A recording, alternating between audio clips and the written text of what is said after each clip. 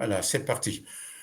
Merci, un grand merci à mes fidèles abonnés et à ceux qui nous suivent régulièrement sur la chaîne YouTube TV Profil Info, destinée aux enfants des parents congolais de la diaspora en Europe, pour témoigner de leur parcours scolaire et professionnel.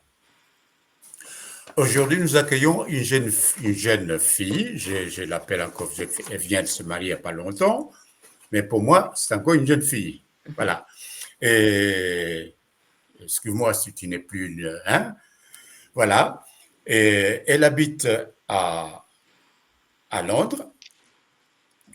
Son parcours scolaire dans une prestigieuse université britannique, Oxford, fruit de ses efforts et de sa persévérance, est une source de fierté pour ses parents en particulier et pour les parents congolais de la diaspora en général. Alors, pour ne pas perdre beaucoup de temps, voici mon invité du jour. J'ai beaucoup de questions à lui poser. La première, c'est celle que je pose à tous mes invités. Dis-nous quel est ton nom et celui de tes parents. Oui. Alors, mon nouveau nom maintenant, c'est Isabelle Mundabi. Mes parents sont Daniel et Denise Kouemotokanga. Voilà. Et ton lieu de naissance? Donc, je suis née en France, précisément à Choisy-le-Roi dans le Val-de-Marne. Euh, D'accord. Et quel est ton parcours scolaire? alors, donc j'ai un bac donc STG qui veut dire sciences et technologies. C'est vrai que ouais, sciences et technologies. Euh, Ensuite, j'ai été en licence à la fac de Créteil. J'ai fait administration, business et commerce international. C'est ma licence. Et ensuite, j'ai commencé mon master à Créteil, un master en entrepreneuriat et développement international, en option politique achat. Et j'ai ensuite, aussi durant ma licence, j'ai dû faire un stage que j'ai fait en Belgique pour 6 mois, ou un peu plus de 6 mois, dans une grosse entreprise euh, de matières premières. Et c'était dans le service achat. Ensuite, j'ai dû faire un master. Pour mon master en France, j'ai fait un stage en Angleterre dans une entreprise de IT qui était donc une entreprise à l'échelle internationale, principalement sur l'Afrique. Et j'étais aussi au département achat lors de ce stage. Et je me suis ensuite inscrite pour un master en logistique et commerce international à Oxford euh, suite à ça. Et là, Ok. j'ai études là-bas. Donc, Alors, dis-moi, est-ce que tes études à Oxford constituent-elles une base solide pour comprendre le principe et les concepts clés de ton domaine de travail? Oui, car je suis toujours actuellement dans tout ce qui est logistique et commerce international. Donc, avant tout, mon premier travail était dans une entreprise internationale. C'était sur une plateforme de voyage et de tourisme qui s'appelle TripAdvisor. Je travaille là-bas pendant quelques années et c'était à l'échelle internationale également. où c'était plus axé sur le marketing. Et ensuite, j'ai été donc dans une entreprise plutôt tout ce qui est informatique, toujours logistique et approvisionnement. Et ça, c'était aussi à l'échelle internationale, principalement entre la France et l'Angleterre. OK. Et par la suite, maintenant, je suis dans une entreprise aussi à l'échelle internationale. Donc, en effet, c'était pour répondre à la question. Donc, en effet, suite à mes études, j'ai toujours été dans des postes qui demandaient des relations internationales lors de mes différentes tâches. D'accord. Et quelles ont été les difficultés rencontrées au cours de tes études à Oxford? Ben, pour commencer la langue, je n'étais pas encore bilingue en anglais quand j'ai commencé mon master. Donc, ça a été quand même un challenge, voire un des plus gros challenges, car en effet, tout était en anglais. Mais j'avais déjà des bases, donc c'est pour ça aussi que j'avais pris aussi le risque. Mhm. J'avais déjà des bonnes bases en anglais et à côté de ça, j'avais aussi un job étudiant qui me permettait aussi de développer la langue et j'essayais vraiment de m'entourer principalement aussi d'anglophones pour pouvoir approfondir mon apprentissage, de l'anglais. Aussi, qu'est-ce qui a été, un challenge aussi? Le coût de la vie. Heu, OK. En Angleterre, ça coûte cher, mais Oxford, surtout, car Oxford constitue une des villes les plus chères de l'Angleterre, après Londres. Le coût de la vie fait que du coup, j'avais un job étudiant à côté de mes études, ce qui n'était pas commun Mhm. dans mon université. Mais oui, donc du coup, ça fait que, je jonglais beaucoup le temps entre l'université, le travail, heu, car en effet, le coût de la vie étant très cher, je n'avais pas le choix que d'avoir ce job étudiant. Mhm. Et ce sont les principaux obstacles et en effet, être aussi loin de la famille, on est seul. Mhm. Je comprends. On n'est pas voilà, la famille, étant principalement en France, donc du coup, oui, j'étais toute seule, ici, en Angleterre à ce moment-là, donc du coup, c'était aussi, un autre, heu, un autre challenge aussi. Qu'est-ce qui a, comment dire, comment tu as pu obtenir l'opportunité d'aller étudier à Oxford? Bah, Tu c'était avais, oui, autrement dit, est-ce que tu étais boursière? Si, non. Non, non, malheureusement, j'étais pas boursière, donc vraiment comment ça s'est passé? Ben, j'étais en stage en fait j'avais mon stage que j'avais fait pour mon master en France était près d'Oxford, clairement à Oxford, mais dans un quartier, d'Oxford un peu éloigné et je m'étais fait des amis, dont une, amie congolaise qui était donc à l'université et qui m'encourageait, à postuler pour l'université. Moi, je pensais que c'était pas possible et que, mmh, ça allait être trop compliqué, j'avais pas encore j'étais venue vraiment pour 6 mois en Angleterre. Je n'étais pas venue pour plus que ça, mais je me suis dit: «Pourquoi pas?» Donc, pour, postuler, il faut, donc du coup, bien évidemment, prouver qu'on a des bases d'anglais et il faut écrire une lettre de motivation. J'ai OK. vraiment pris mon temps et vraiment, mis du cœur à écrire cette lettre, qui, est aussi la raison pour laquelle j'ai été admise. C'était vraiment sur un coup de tête, c'était pas quelque chose qui était réfléchi Mmh. pendant des années ou pas du tout parce que j'étais vraiment venue pour, une durée, limitée et du coup voilà, ensuite, bah, quand je suis ren non, j'en avais fait part, à ce moment-là, ma mère était encore en vie. J'en avais fait part à ma mère, qui Mmh. m'avait dit: «Bon, pourquoi pas écrire une lettre, on verra par la suite» et une fois que j'ai été acceptée, donc un peu prise de panique, je rentre à Paris et donc là, du coup, je suis assise avec mon père et ma mère et je leur fais part de la nouvelle. Ils étaient très, très, très contents et du coup, on a dit: «Bon, on va mettre, les choses à disposition pour pouvoir, financer». Donc du coup, j'ai dû faire un prêt étudiant, mais du coup, qui était en France. Donc du coup, c'est comme ça que j'ai pu, financer aussi mes études parce qu'en Angleterre, les études sont chères et l'université est Mhm. Mhm. Et tu penses que tu es maintenant bien adapté à la vie. Quel est ton regard sur la vie tout court à Londres?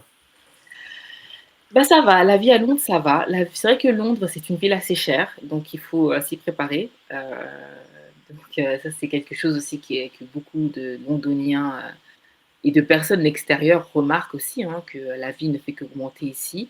Mais bon, j'ai su m'adapter, j'ai vraiment l'idée, en fait, de base, pour moi, c'était vraiment de partir de l'Angleterre, si je devais partir, bilingue.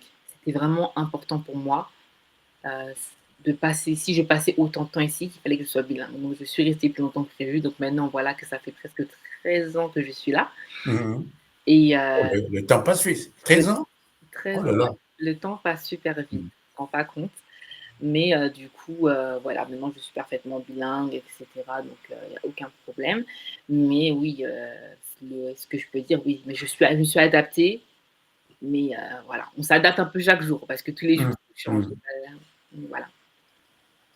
Et est-ce qu'il y a des opportunités professionnelles pour le jeune Congolais qui envisagerait de faire carrière en Angleterre ou à Alors Londres?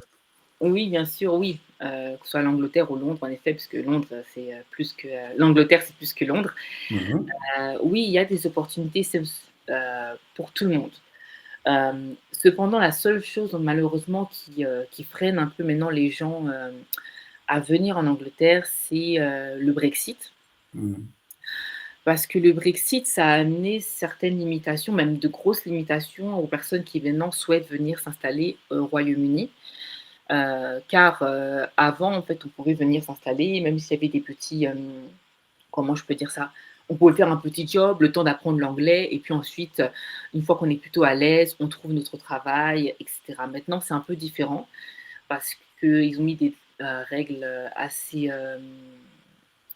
précises à respecter, telles que, par exemple, si on doit venir en Angleterre, sans être, anglais, on doit avoir un travail avec un certain niveau salarial. C'est-à-dire qu'il y a un minimum salarial à avoir. Mhm. Donc il faut, je pense que si je me trompe pas, c'est plus de 35 000 à l'année, ce qui ne ce qui ne permet pas du coup de comme avant, de venir avec un petit, job, le temps d'apprendre la langue parce que maintenant c'est pas possible. Maintenant, il faut absolument avoir un travail établi, il faut que aussi, il y a aussi des, systèmes de sponsors, que pas toutes les entreprises ont. On peut mettre en place. Donc tout ça fait que ça ramène quelques limitations, mais je pense que personne devrait, être freiné. Je pense qu'au contraire, s'ils cherchent du coup un travail, qui leur permettrait d'atteindre ce niveau salarial minimum, faut pas avoir, peur du Brexit et ses règles, il faut juste se lancer. Il faut juste savoir que malheureusement, il y a certains critères maintenant à remplir, hein, pour pouvoir, le faire. Mais il y a des gens qui viennent encore d'installer, il y a beaucoup de monde qui vient encore s'installer. C'est juste que voilà, malheureusement avec le Brexit, c'est vrai que ça a ramené quelques Mhm. limitations. Mhm. Non, non, je suis d'accord avec toi. Le Brexit, ça a compliqué, parce que même nous qui sommes ici en France, Mmh, on venait facilement à Londres, mais depuis, je crois, 2 ou 3 ou 4 mois, pour venir à Londres, il faut passer par obtenir une sorte de visa mmh. qui, pour l'instant, ne coûte pas cher, même. En tout cas, pour nous qui avions l'habitude de venir sans visa, ça, on trouve que c'est un peu, voilà. Oui, c'est vrai Voilà. que, même nous, hein, qui sommes ici, bon, moi, je suis là depuis assez longtemps, donc j'ai la permanence. Maintenant, j'ai la résidence. Mais c'est vrai que, ça complique. C'est en fait, il y a toujours cette crainte que s'ils changent les lois, parce qu'en Angleterre, ils ont un peu la tendance de changer les lois assez rapidement et assez brusquement. Donc c'est vrai que c'est bien qu'on ait la résidence ou la permanence comme on dit, mais bon, on n'est jamais à l'abri de rien, même si je pense que c'est bon, mais c'est Mais, juste que mais voilà. je pense qu'il faut y penser quand même, hein. Ah oui, oui, je sais Ouais, que il faut y penser. ouais, oui, non, c'est Ouais. clair, clairement j'y pense, Mm. et on y pense, hein, tous ceux qui sont ici, sachant que, la France permet la double nationalité, donc pourquoi pas en effet, Mm. mmh, bien évidemment, Alors, venons-en au pays. As-tu déjà visité le pays d'origine de tes parents? Oui. Si oui, comme tu viens de le dire, quelles sont tes impressions ou simplement le souvenir le plus marquant de son séjour au pays? Alors donc déjà mon séjour s'est très bien passé. J'ai passé, presque 3 semaines, au pays. C'était il y a en 2023. Mhm, Heu, donc déjà c'était un bon séjour. Ce qui m'a marqué, je pense que enfin, il y a beaucoup de choses. Je pense que je peux dire beaucoup de choses sur le pays. C'est vrai qu'il y a ses bons côtés comme il y a ses mauvais côtés. mhm, Heu, voilà, moi je préférais m'axer quand même sur les bons côtés parce que c'est vrai que juste pour garder le souvenir et pour aussi donner aussi encore l'envie d'y retourner, ce que j'ai bien évidemment, c'est vraiment, je suis vraiment fière d'être congolaise, fière de que ce soit mes origines et fière que ce soit la terre de mes ancêtres, bien évidemment, avoir vu ma famille, que ce soit paternelle ou maternelle, pour ceux que j'avais jamais vus et pour ceux que j'ai revus, du coup, ça m'a vraiment fait, plaisir et chaud au cœur, de voir où mes parents ont grandi, de voir la rue où ma mère a grandi, de voir tout ça, ça m'a vraiment fait, chaud au cœur. C'est vrai que la ville de Kinshasa est très surpeuplée. C'est ça qui mhm. marque quand on arrive au centre-ville, c'est le monde. Le monde, heu, malheureusement, certains côtés négatifs, par exemple, sur, l'état de la ville. Je pense que c'est une ville magnifique et c'est juste dommage que l'état de la ville, soit comme ça. C'est vrai qu'on a un pays magnifique, mais qui est malheureusement pas entretenu à sa juste valeur, je dirais. Après les gens quand même pour, ce que j'ai pu voir, certains quand même essaient de garder la joie de vivre, malgré les difficultés auxquelles ils font face chaque jour. Heu et ouais, c'est vraiment ouais, c'est un voyage qui m'a beaucoup marquée, heu et j'essaie quand même, malgré moi de garder en fait que, l'aspect, hem, comment dire ça? C'est vrai que garder un peu l'aspect un peu joyeux du voyage pour, Mhm. on va dire ça. OK. Et comment tu as trouvé la langue et la communication avec les locaux? Et Heu, si- bon ça va déjà pour commencer, moi je suis timide et comme je sais que les Congolais généralement ils se moquent un peu des accents et tout, Mhm, surtout ça, donc du coup généralement je suis un peu gênée. Mais bon, quand j'ai pas le choix, j'ai pas le choix, donc je comprends parfaitement le lingala et le parler, je peux le parler, mais c'est vrai que je vais réfléchir et la timidité fait que je sais que mes cousins, ils étaient choqués. Ils me disent: «Mais en fait, tu peux parler, pourquoi tu parles pas?» et cetera. C'est parce que mais c'est vrai qu'au Congo, ils sont plus à l'écoute, peu importe l'accent, plutôt que mhm. quand on est en Europe, on essaie de parler avec les parents, ils vont se moquer un peu et cetera. Donc du coup, tu as un peu cette tendance-là à pas parler. Mais non, du coup, oui, il y a des moments où j'avais pas forcément le choix. Surtout quand tu veux parler à surtout des personnes plutôt plus âgées. Les jeunes, généralement, parlent, le français, mais c'est plus quand il faut parler avec, mes grands-tantes ou, les grands-oncles, qui fait que des fois, oui, il y a pas le choix, faut parler et tout, mais Et, généralement, ça va. les grands-mères ou les grands-pères qui parlaient en lingala, et comment tu faisais pour leur répondre en français? Ben non, du coup, on n'a pas des comment dire? On va discuter, mais non, je vais répondre en lingala à ma Ah, OK, je vais OK, répondre en lingala. Même OK, malgré que la timidité et cetera, je vais répondre quand même en lingala. OK, Mmh. très bien. Et enfin, dis-moi quels sont tes conseils aux jeunes Congolais de privilégier les études plutôt que la distraction pour réussir dans la vie et atteindre les objectifs. Oui, oui, bien sûr, les études, c'est très important. On est dans une société aujourd'hui où c'est pas assez valorisé. Il y a beaucoup de, comment dire ça? de différentes, maintenant il y a beaucoup de différentes sortes aujourd'hui de moyens, je dirais, de gagner sa vie et beaucoup de personnes, se restent focalisées maintenant sur tout ce qui est, réseaux sociaux et cetera. Sauf que moi, j'appuie toujours que les études, c'est important, parce que parce que c'est un bagage à avoir. Donc je pense que voilà. Après, je sais que oui, il y a beaucoup de distractions aujourd'hui, il y a beaucoup de choses qui fait que les personnes peuvent des fois ne pas être concentrées sur l'objectif final de leur vie, Mhm. l'objectif final professionnel, mais je reste persuadée que les études, c'est un moyen, enfin, c'est un passage obligatoire si on veut atteindre certains de ces objectifs dans la vie, c'est-à-dire être stable, avoir un bagage, être aussi, que ce soit un bagage professionnel, intellectuel. Heu, je pense que voilà, c'est important pour la jeunesse congolaise de rester focalisée sur, ça, sur, toujours penser au futur.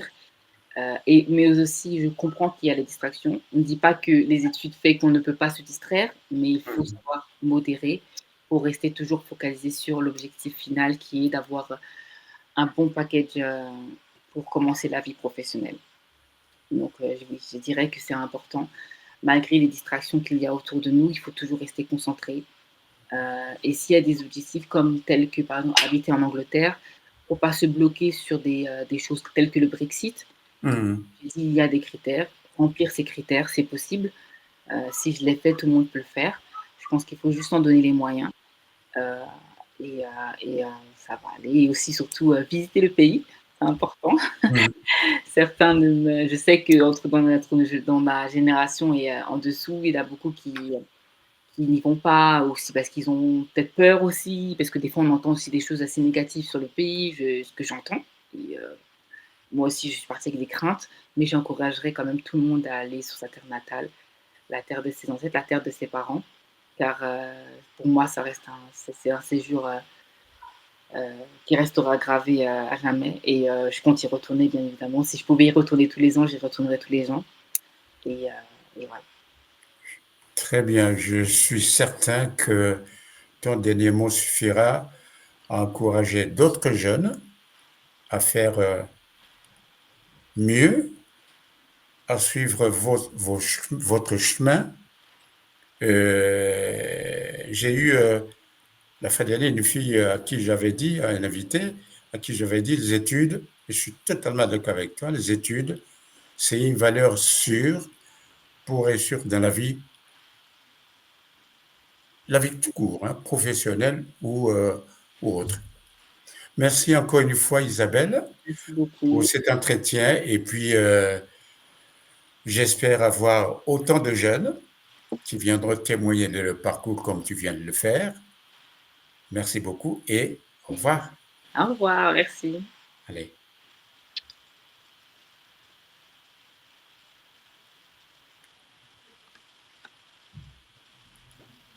Ça enregistre encore?